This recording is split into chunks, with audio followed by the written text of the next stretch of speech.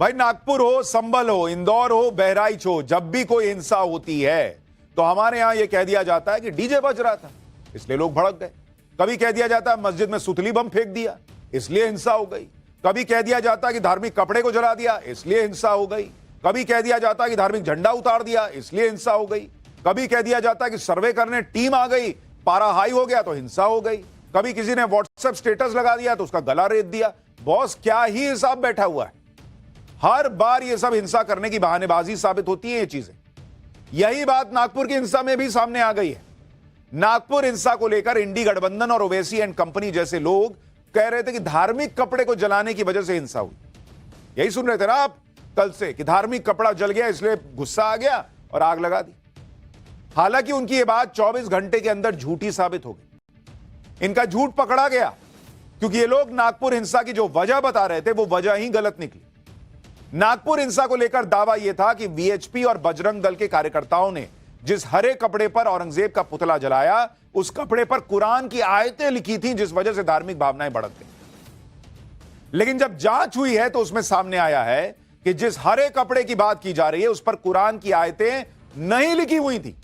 और यह बात खुद मुख्यमंत्री देवेंद्र फडणवीस ने पूरी जिम्मेदारी के साथ विधानसभा में बताई। सीएम फडणवीस के इस नए खुलासे पर कैसे हंगामा मच गया, नागपुर हिंसा को लेकर और क्या क्या नए विस्फोटक खुलासे हुए हैं, यह सब आज आपको बताऊंगा, दिखाऊंगा। लेकिन पहले देखिए नागपुर हिंसा को लेकर कैसा माहौल बनाया जा रहा है।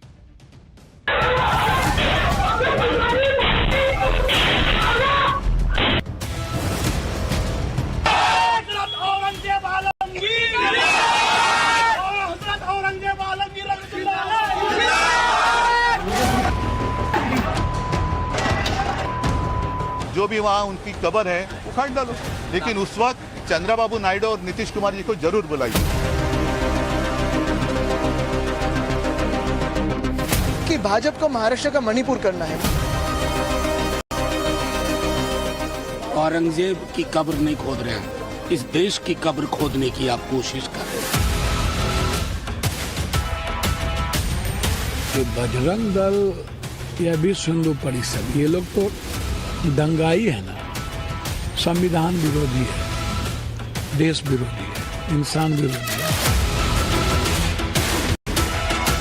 आयाती जाळल्या अशा प्रकारचे त्या ठिकाणी मेसेजेस फिरवण्यात आले, त्यांना कबरीत में खोदून काढू सोडणार नाही।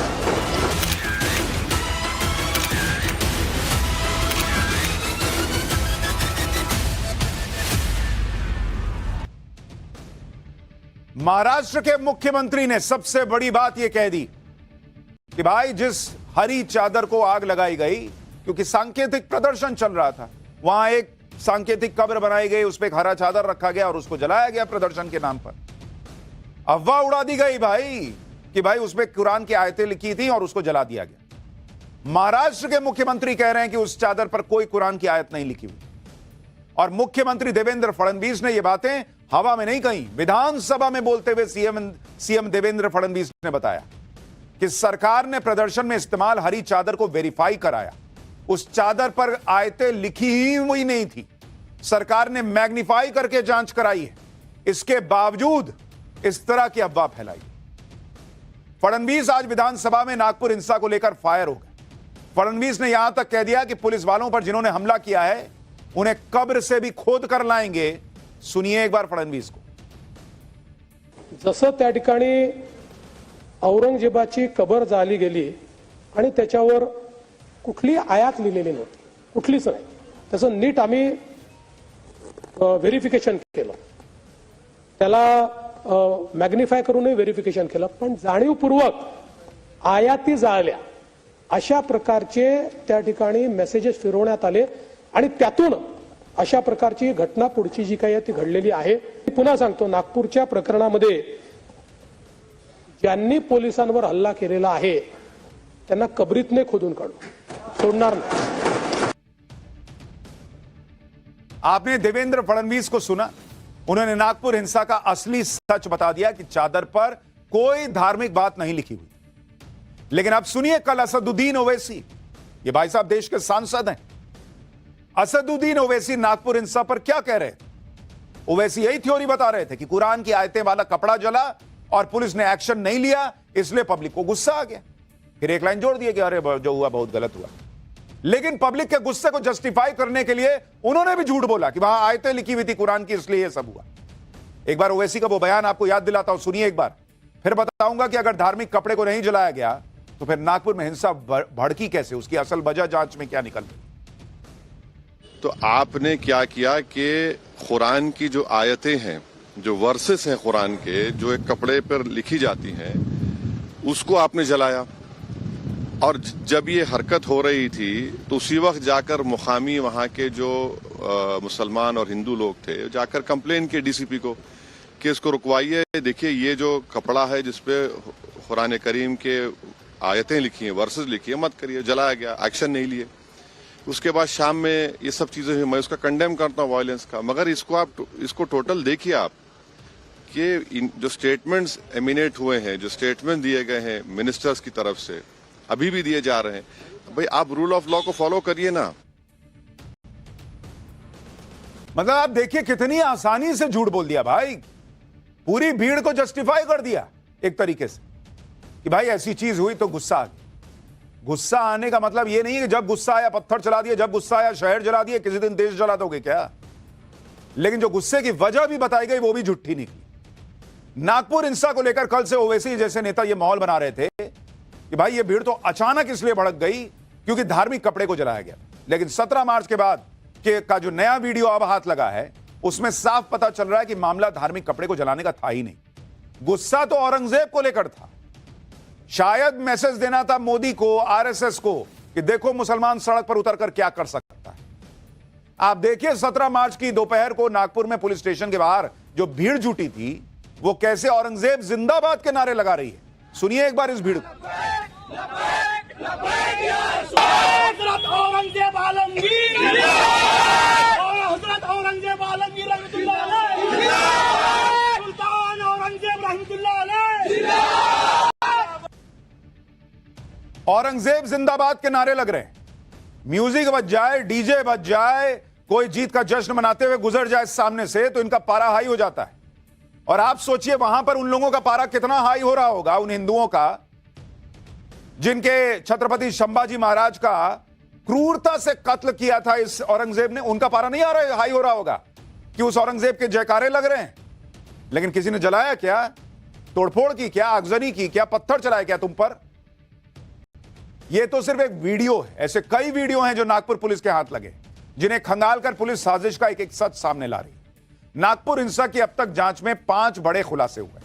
खुलासा नंबर 1, एफआईआर में खुलासा यह हुआ कि भीड़ ने निशाने पर हिंदुओं और पुलिस दोनों को लिया। खुलासा नंबर 2, दंगाइयों की भीड़ ने महिला पुलिसकर्मियों को भी निशाना बनाया, उनसे अभद्रता की, अश्लील इशारे किए। खुलासा नंबर 3, हिंसा करने वाली भीड़ ने जान से मारने की नीयत से पुलिस पर घातक हथियार और पत्थरों से हमला किया। खुलासा नंबर 4, नागपुर में हुए पथराव का पैटर्न कश्मीर की स्टोन पेल्टिंग की तरह नजर आ रहा है। खुलासा नंबर 5, हिंसा का सियासी कनेक्शन भी सामने आया है। पुलिस ने माइनॉरिटी डेमोक्रेटिक पार्टी के नेता फहीम खान को गिरफ्तार कर लिया। नागपुर हिंसा पर हुए एक एक खुलासे की पूरी डिटेल अब आपके सामने रखना शुरू करता हूं। सबसे पहले बात नागपुर को जलाने वाले मास्टरमाइंड कहे जा रहे उस शख्स की जिसका नाम पुलिस की एफआईआर में सामने आया। इसका नाम है फहीम खान, जो खुद को नेता बताता है। उस पर शक की सुई टिक गई है कि वो हिंसा का मास्टरमाइंड है, क्योंकि हिंसा वाले दिन यानी 17 मार्च को फहीम खान की एक्टिविटी संदेह के घेरे में। 17 मार्च को जब यह अफवाह फैली कि धार्मिक शब्द लिखे कपड़े को जलाया गया तो बड़ी संख्या में मुसलमान गणेश पेट पुलिस स्टेशन के बाहर जमा हुए। फहीम खान अपने साथ 50-60 लोगों को लेकर पुलिस स्टेशन पहुंचा।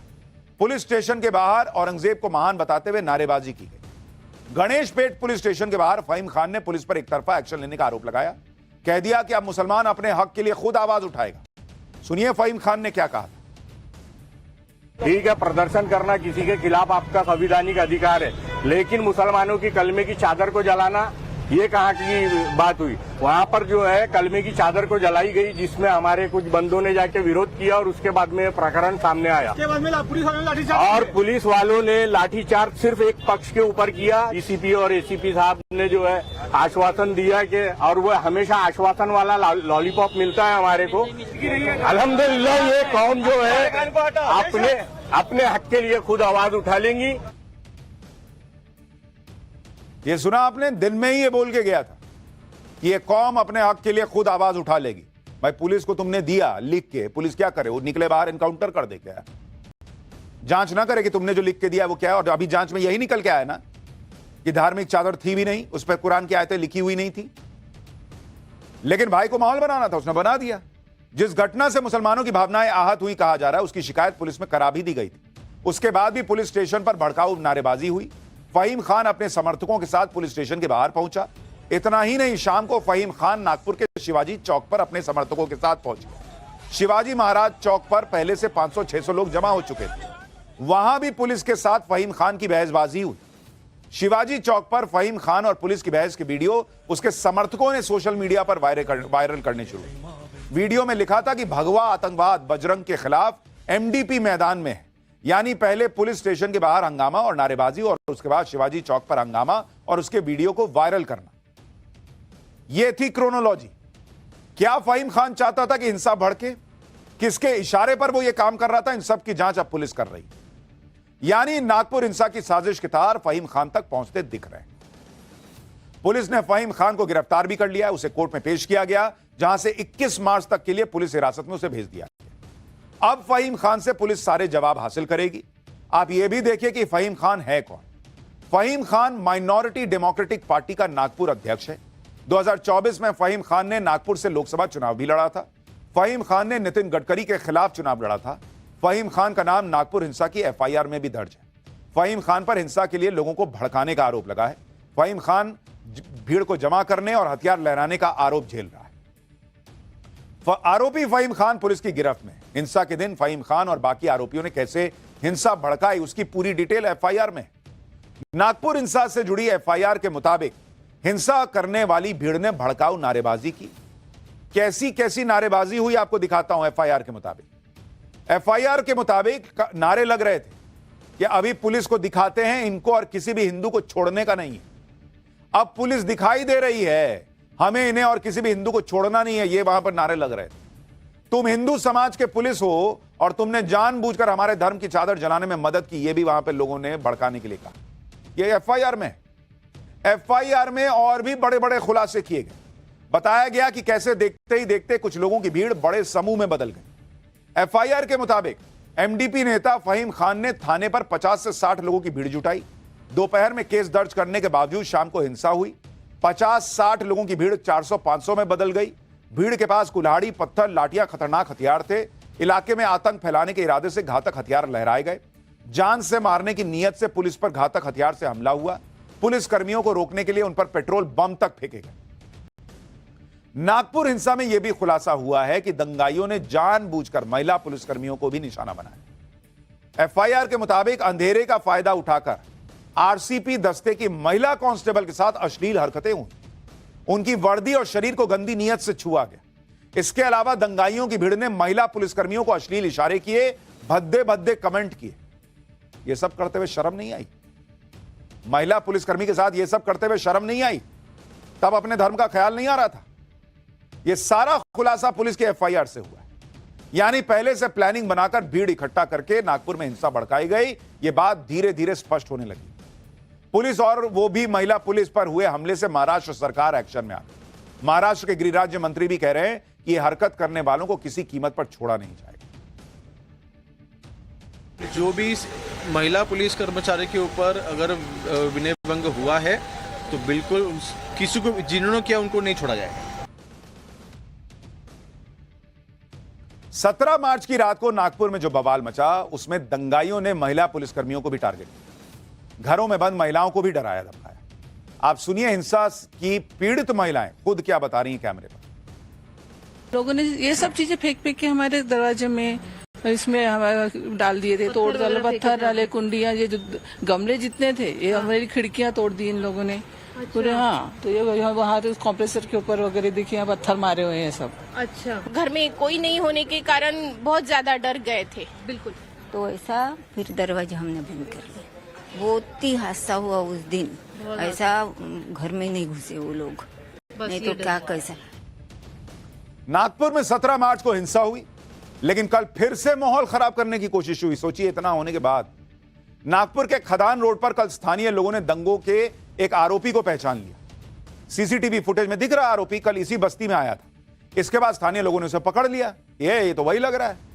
आरोपी 17 मार्च को 8 लोगों के ग्रुप के साथ लाठी डंडे लेकर बस्ती में आया था। सीसीटीवी में दिख रहा है कि आरोपी ने हरे रंग की शर्ट पहनी थी और वही शर्ट पहनकर वो कल फिर से बस्ती में आया था। तो सीसीटीवी के आधार पर लोगों ने आरोपी को पकड़ लिया कि ये वही है, देखो वही है।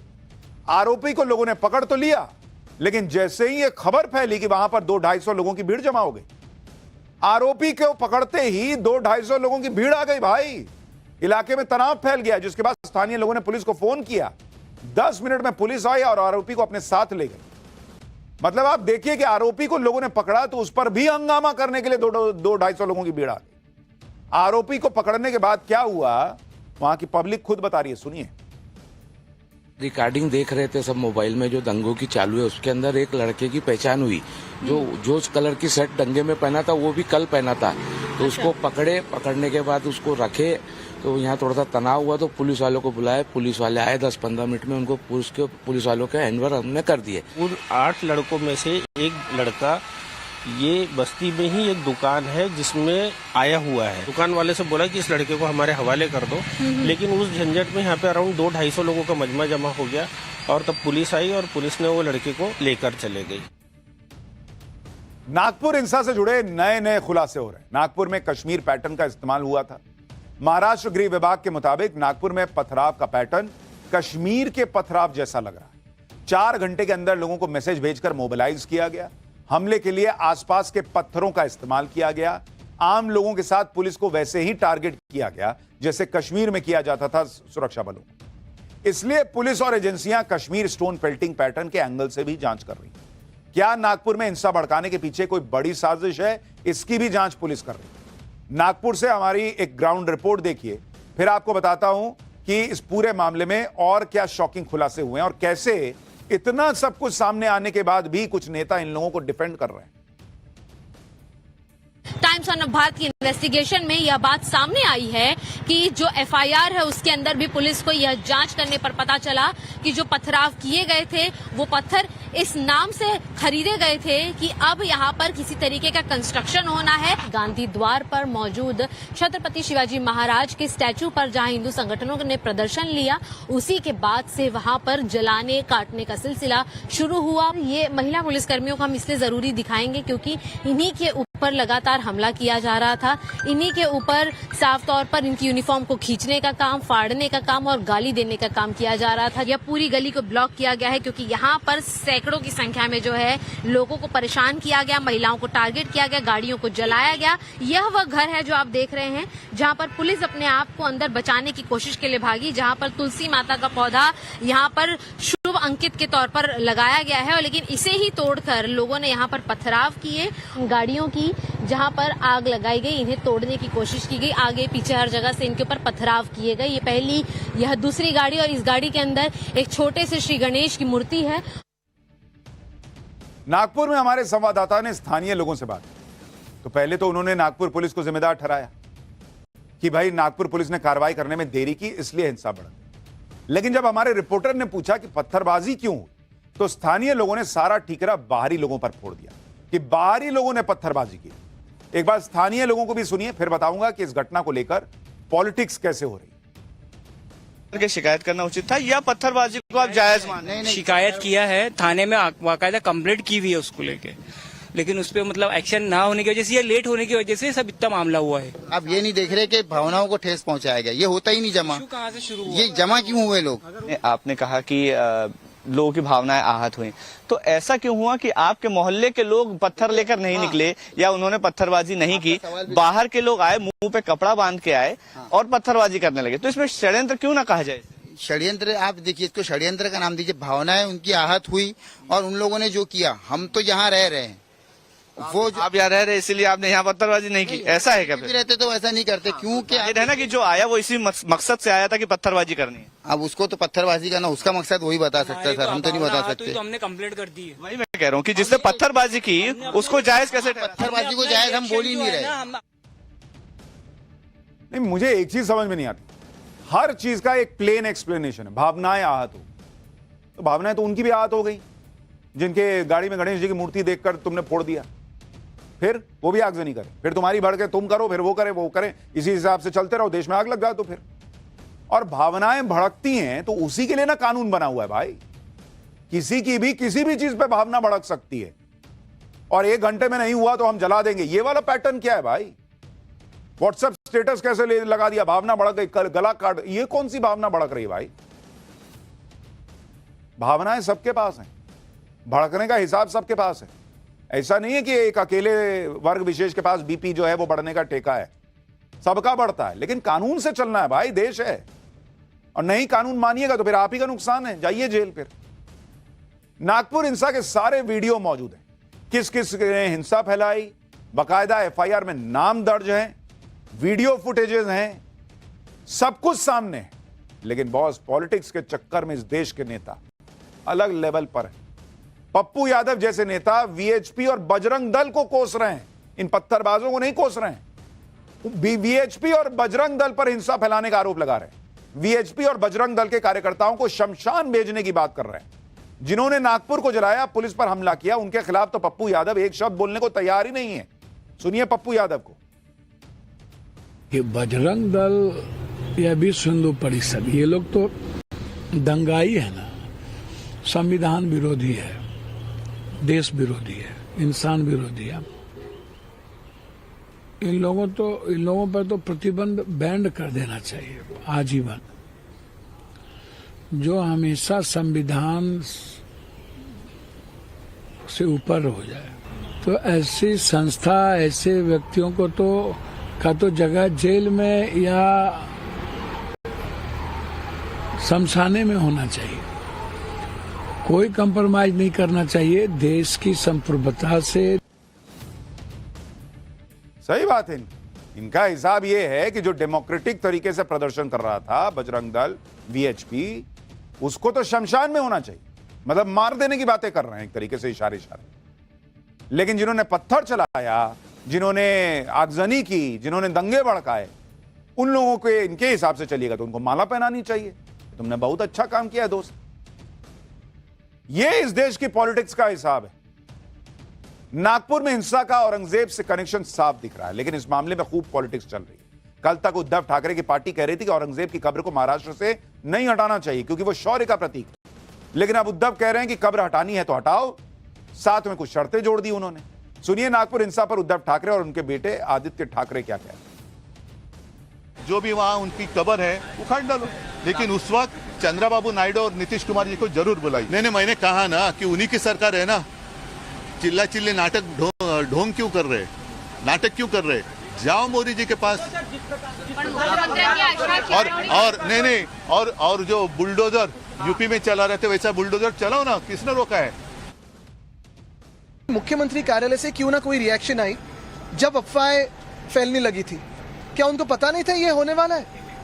मेरा अंदाज यही है कि भाजपा को महाराष्ट्र का मणिपुर करना है। मणिपुर में अगर आप देखें तो पिछले 1 साल से जैसी बातें हो रही है वैसे ही दंगे हो रहे हैं, किसी ना किसी को जलाया जा रहा है, किसी को मारा जा रहा है। क्या आज वहां इन्वेस्टमेंट जाएगी? यही हाल उनको महाराष्ट्र के करने हैं। और जहां जहां भाजपा को शासन चलाने नहीं आता है वहां दंगे भड़काते। पॉलिटिक्स का आप लेवल देख लीजिए। मणिपुर में क्या समस्या है, यहां क्या हुआ है, दोनों को जोड़ दिए भाई। यह समझ का लेवल है। महाराष्ट्र में जैसे ही औरंगजेब की कब्र को हटाने का मुद्दा गरमाया, वैसे ही मुस्लिम वोटों की राजनीति करने वाले नेताओं को अपनी राजनीति चमकाने का मौका मिल गया। भाई बिहार में चुनाव है, आरजेडी की नजर मुस्लिम वोट बैंक पर है और इसी वजह से ऐसा लग रहा है कि आरजेडी नेता मनोज झा औरंगजेब की कब्र खोदने को देश की कब्र खोदने से जोड़ रहे हैं। एक बार सुनिए, फिर बताऊंगा कि महाराष्ट्र में औरंगजेब के बाद यूपी में सालार मसूद गाजी पर क्यों बवाल मचा हुआ है। देश में कोई भी दंगा और उसकी पड़ताल होगी, यही लोग नजर आएंगे। मैंने कहा ना, औरंगजेब की कब्र नहीं खोद रहे हैं, इस देश की कब्र खोदने की आप कोशिश कर रहे हैं। इसके मिजाज की, महासागरीय चरित्र की, इतिहास के बासी पन्नों में जाकर के आपकी नाकामियां नहीं छुपेंगी। Acknowledge it. इस देश में औरंगजेब जैसे आक्रांताओं को हीरो बताने की होड़ लगी हुई। अलग अलग शहरों में यही पैटर्न दिख रहा है। नागपुर में औरंगजेब का महिमा मंडन किया गया तो बहराइच में एक और विदेशी आक्रांता को हीरो मानकर हर साल मेला लगता है। यूपी के बहराइच की तस्वीरें देखिए। बहराइच में सैयद सालार मसूद गाजी की कब्र पर लगे मेले में हजारों की भीड़ उमड़ आई, जबकि सैयद सालार मसूद गाजी 11वीं सदी का एक खूंखार हत्यारा था। 11वीं सदी का गाजी लुटेरे दरिंदे गजनवी की सेना का सेनापति था। गजनवी गाजी ने मिलकर सोमनाथ मंदिर को लूटा, हजारों हिंदुओं को मारा। उसी मसूद गाजी की मकबरे पर हर साल मेला लगता है। तब इतिहास के पन्ने जो हैं वो क्यों खोले जा रहे हैं? एक आक्रांता को, हत्यारे को क्यों सेलिब्रेट कर रहे हो? कोई नहीं पूछता। लेकिन अगर किसी ने कह दिया औरंगजेब की कब्र की क्या जरूरत है, हटाओ उसको, ना इतिहास की बात मत करो, वर्तमान में रहो, यह हो सकता है इतिहास की बात करो। और ऐसे आक्रांता को हीरो की तरह पेश किया जा रहा है, सूफी बताया जाता है। यह सोचने वाली बात है कि सालार गाजी जैसे क्रूर सेनापति हीरो कैसे बन गया। सैयद सालार मसूद गाजी के नाम पर संभल में भी हर साल नेजा मेला लगता है, लेकिन इस बार प्रशासन ने मेले की अनुमति नहीं। इसी तरह से अब बहराइच में लगने वाले मेले पर भी रोक लगाने की मांग हो रही है। एक बार सुनिए।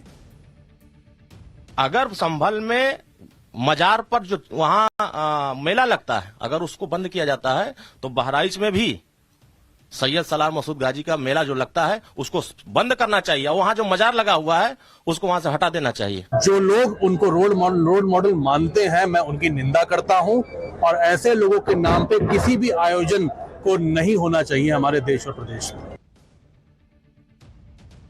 तो ये जो सियासी जंग है वो एक तरीके से चल रही है, लेकिन पाठशाला में अगली क्लास। बिहार चुनाव के पहले नीतीश नहीं, पूरा खेल पलट गया। लालू, तेजस्वी सब जेल जाएंगे। ईडी ऑफिस में लालू यादव के साथ आज ऐसा क्या हुआ कि उन्होंने भी नहीं सोचा होगा। बिहार में कांग्रेस का वो प्लान जो लालू तेजस्वी का केजरीवाल वाला हाल कर देगा क्या? अब इसका चक्कर।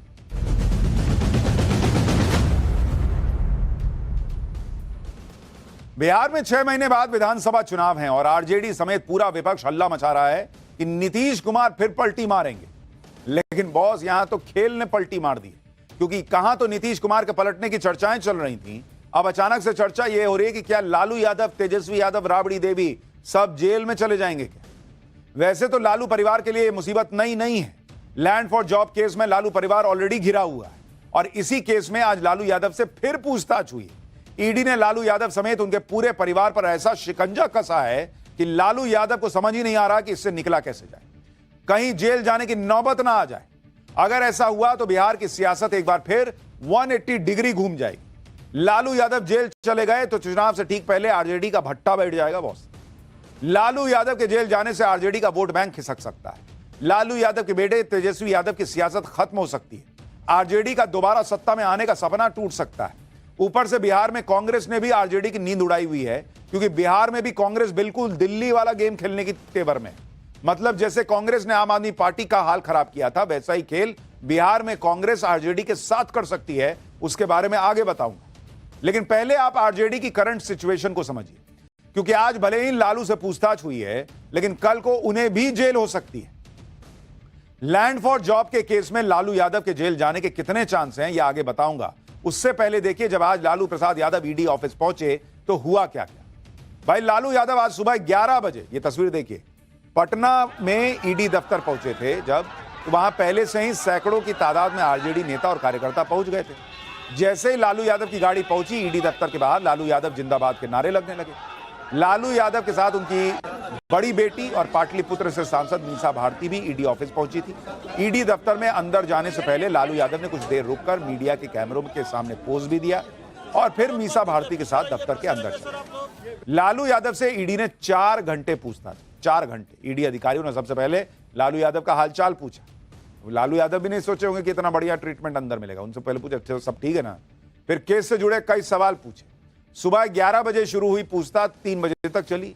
इस दौरान ईडी ने लालू यादव को लंच ब्रेक भी दिया, जिसमें लालू यादव ने सत्तू खाया, जो राबड़ी देवी ने घर से भिजवाया, और इसका वीडियो भी सामने आया। ये देखिए, प्लास्टिक में सत्तू गया अंदर। करीब 3 बजे मीसा भारती के साथ लालू यादव ईडी दफ्तर से बाहर निकले, लेकिन मीडिया कैमरों को इग्नोर कर दिया। यह तस्वीर उनके बाहर आने की। मीडिया ने सवाल पूछे तो हाथ हिलाकर मना कर दिया और गाड़ी में बैठकर वहां से चले गए। अब लालू यादव से हुई पूछताछ को आरजेडी पॉलिटिकल एंगल दे रही है। कह रही है कि लालू यादव से ईडी की पूछताछ इसलिए हो रही है क्योंकि बिहार में चुनाव आने वाले। सुनिए आरजेडी नेता शक्ति यादव क्या कह रहे हैं, फिर आपको आरजेडी की बौखलाहट की वजह बताता हूं। बिहारियों के खिलाफ भाजपा की पीड़ा जग जाहिर पहले से है और मैं जानता हूं कि बिहारियों के प्रति जो नफरत है ना, वो डीएनए वाली शब्द आज भी याद है जो गाली दी गई थी। इस पूरे मामले को अब चुनावी संबंध देखिए। अच्छा, जब चुनाव आता तब संबंध, 19 में चुनाव तब संबंध, 20 में चुनाव तब संबंध, 24 में चुनाव तब संबंध। आपने 1 साल पहले देखा ही था संबंध पे संबंध 25 आ गया। तेजस्वी जी के नेतृत्व में जो बड़ा वोटों का जो मतदाताओं का जो गोलबंदी की पहाड़ है ना, एनडीए उससे परेशान है। तो चुनावी संबंध, लेकिन इस चुनावी संबंध का जवाब तो चुनावे में मिलेगा। लालू यादव मीडिया फ्रेंडली हैं, हाजिर जवाब हैं, कभी भी सवालों से नहीं भागते। लेकिन आज जो बॉडी लैंग्वेज थी वो बहुत कुछ कह रही थी। अब ये समझिए कि लालू यादव जैसे माहिर नेता इतने परेशान क्यों दिखे। लालू यादव भले ही राजनीति में पूरी तरह से एक्टिव ना हो, अपनी पार्टी के लिए भी फैसले वो खुद ना लेते हैं, पार्टी की कमान भी भले तेजस्वी यादव के हाथ में दे रखी है, लेकिन बिहार की सियासत ऐसी है जिस पर लालू यादव का इफेक्ट साफ दिखता है। ऐसे में अगर लालू यादव जेल चले गए तो आरजेडी के लिए बड़ा सेटबैक हो जाएगा। लालू यादव के जेल जाने से क्या असर हो सकता है उसे आपको समझा देता हूं।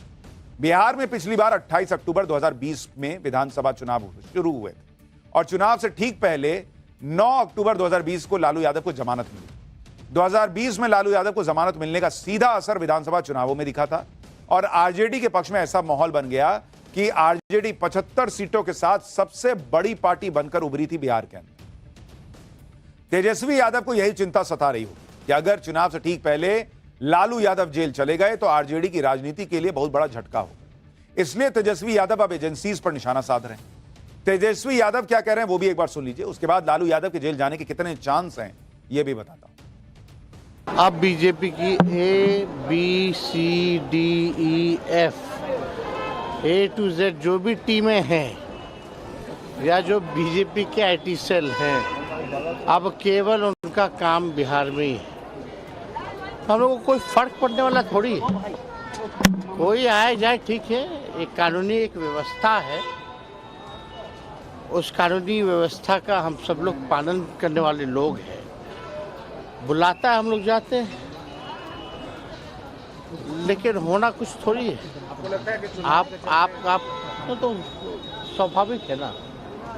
अगर हम राजनीति में नहीं होते तो मेरे पे एक केस होता क्या। तेजस्वी यादव इसलिए भी भड़के हुए हैं क्योंकि लैंड फॉर जॉब केस में सिर्फ लालू यादव ही नहीं फंसे, बल्कि पूरी फैमिली पर नौकरी के बदले जमीन लेने का केस चल रहा है। तेजस्वी यादव कह रहे हैं कि मैं पॉलिटिक्स में नहीं होता तो ये केस होता क्या। अरे पॉलिटिक्स में आप नहीं होते तो फिर किसी को नौकरी देने की स्थिति में भी तो थोड़ी होते। यही तो आरोप है कि आप ऐसी पोजीशन पे थे कि नौकरी के बदले जमीन ले ली। नहीं होते पॉलिटिक्स में, कुछ नहीं होते तो ना किसी को नौकरी देते ना आरोप लगता। लालू यादव से आज पूछताछ हुई, लेकिन कल राबड़ी देवी और तेज प्रताप से भी ईडी ने इसी केस में पूछताछ की। राबड़ी देवी और तेज प्रताप से भी ईडी ने 4-4 घंटे पूछताछ की थी, तब भी मीसा भारती ईडी दफ्तर में मौजूद थी। अब उस लैंड फॉर जॉब केस के बारे में भी आपको याद दिला देता हूं जिसमें पूरी लालू एंड फैमिली फंसी हुई। आरोप है कि यूपीए कार्यकाल के दौरान जब लालू यादव रेल मंत्री थे तब 2004 से 2009 के दौरान रेलवे में ग्रुप डी की भर्तियों में भ्रष्टाचार हुआ। सीबीआई के मुताबिक नौकरी देने के बदले लालू यादव ने 12 लोगों से 7 प्लॉट सस्ते में या बिना कुछ दिए ही हासिल कर ली। लालू यादव पर आरोप है कि इस घोटाले में उन्होंने केवल बिहार के ही लोगों को नौकरी दी और करीब 4 करोड़ की जमीन को सिर्फ 26 लाख रुपए में अपने या अपने परिवार के नाम पर करवा लिया। इस केस के आरोपियों में लालू परिवार के 5 सदस्य, खुद लालू यादव, राबड़ी देवी, तेजस्वी यादव, तेज प्रताप, मीसा भारती और हेमा यादव भी शामिल हैं। अब 16 साल पुराने केस में ईडी एक बार फिर एक्टिव हुई है और लालू यादव से लेकर राबड़ी देवी और तेज प्रताप यादव से पूछताछ कर चुकी है, जिसे आरजेडी बीजेपी का चुनावी स्टंट बता रही है। और बीजेपी कह रही है कि जो लूटा है वो तो लौटाना पड़ेगा। गिरिराज सिंह को एक बार सुनिए, फिर आपको बताऊंगा इस केस में लालू यादव के जेल उनको जाना पड़ सकता है या नहीं। कानून अपना काम करता है, जो जैसा करता वैसा भरता। अब बिहार को नहीं चाहिए भ्रष्टाचारी परिवार का कोई मुख्यमंत्री। बिहार को चाहिए स्वच्छ मुख्यमंत्री जो नीतीश कुमार में। बीजेपी अगर कह रही है कि लालू यादव ने जो किया है उसका फल भी भुगतना पड़ेगा, तो ये ऐसे ही नहीं कहे, क्योंकि लैंड फॉर जॉब केस में लालू यादव पर जो धाराएं लगी उसमें अगर लालू यादव दोषी साबित हो गए तो उन्हें उम्र कैद तक हो सकती है।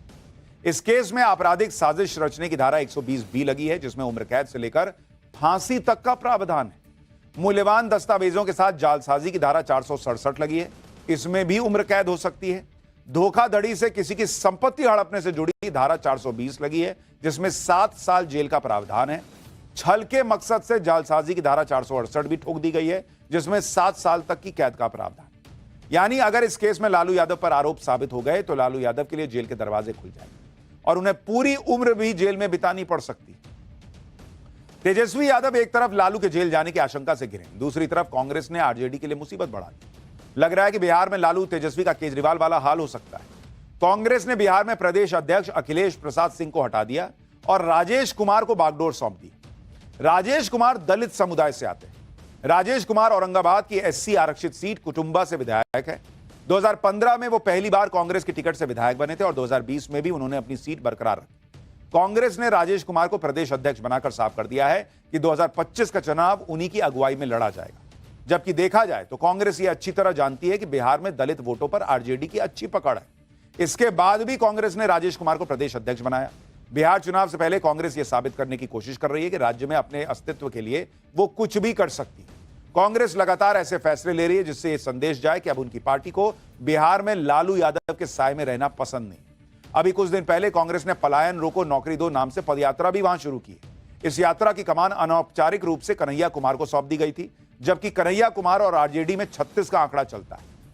यानी कांग्रेस अगर वहां पर मजबूत हुई तो हो सकता है कि ज्यादा सीट मांगे और ऐसे में आरजेडी का नुकसान हो जाए। तो क्या कांग्रेस केजरीवाल वाला हाल बिहार में करेगी लालू तेजस्वी का? वक्त बताएगा। फिलहाल महीनों से जिस पल का इंतजार था, जिस शुभ घड़ी का इंतजार था, पूरी दुनिया ये इंतजार कर रही थी, जिस सुनीता विलियम्स की धरती पर वापसी की राह सब देख रहे थे, आज आखिरकार वो इंतजार खत्म हुआ। सुनीता विलियम्स 286 दिनों के बाद पृथ्वी पर लौट आई हैं। करीब 9 महीने तक इंटरनेशनल स्पेस स्टेशन पर रहते हुए सुनीता विलियम्स ने हर दिन 16 बार सूर्योदय और सूर्यास्त देखा। इससे अंदाजा लगाया जा सकता है कि इससे तालमेल बिठाना उनके लिए कितना चुनौतीपूर्ण रहा होगा। और सुनीता विलियम्स का अंतरिक्ष से धरती पर वापसी का सफर भी आसान नहीं रहा।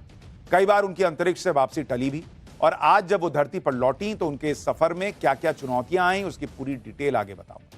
पहले सुनीता विलियम्स की अंतरिक्ष से वापसी की एक झलक देखिए। From our recovery.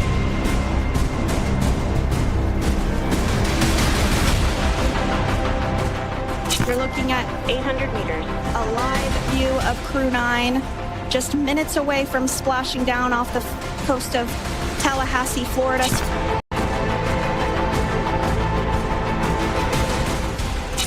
And there we do see Crew 9, some happy waves, smiles all around, back on Earth. And splashdown, Crew 9 back on Earth.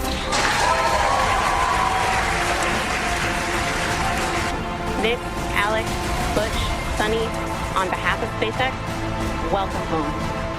Wow, we got a cute little pod of dolphins. It wasn't just one or two.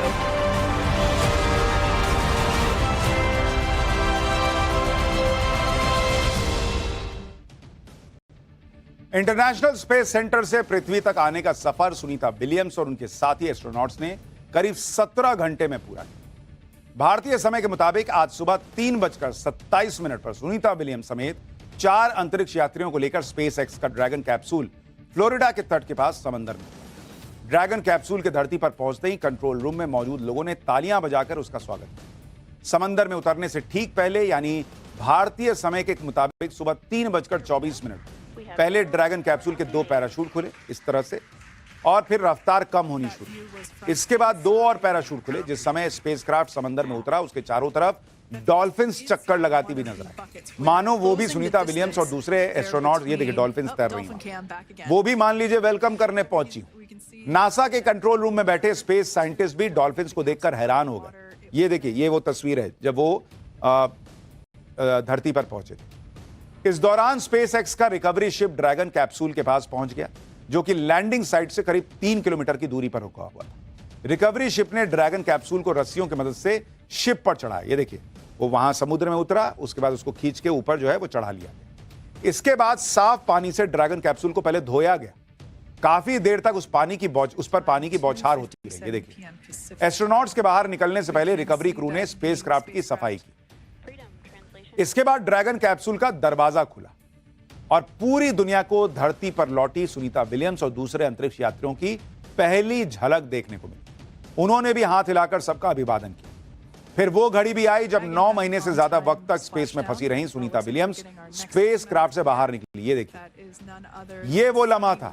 9 महीने अंतरिक्ष में फंसे रहने के बाद धरती पर वो लौटी हैं और उनके लिए खड़ा होना भी बहुत मुश्किल काम है बॉस, क्योंकि वहां तो हवा में आप तैरते रहते हैं। 9 महीने से बताइए उनकी हालत यह है कि वो तैर ही रही है।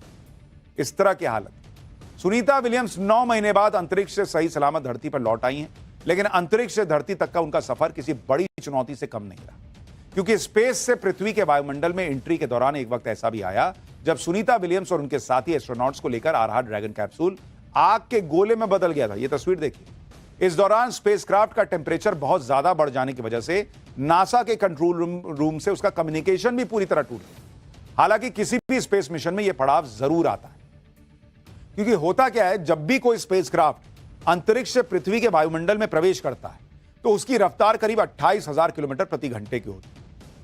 इस रफ्तार से जब स्पेसक्राफ्ट गुजरता है तो वो वायुमंडल से रगड़ खाने की वजह से उसका टेम्परेचर बहुत ज्यादा बढ़ जाता है। इस प्रोसेस में आज ड्रैगन कैप्सूल का टेम्परेचर भी 1650 डिग्री सेल्सियस तक चला गया था। इतना अधिक टेम्परेचर होने की वजह से स्पेसक्राफ्ट का कम्युनिकेशन 7 मिनट के लिए नासा के कंट्रोल रूम से पूरी तरह टूटा रहा। इस दौरान करीब 7 मिनट के लिए कम्युनिकेशन ब्लैकआउट रहा।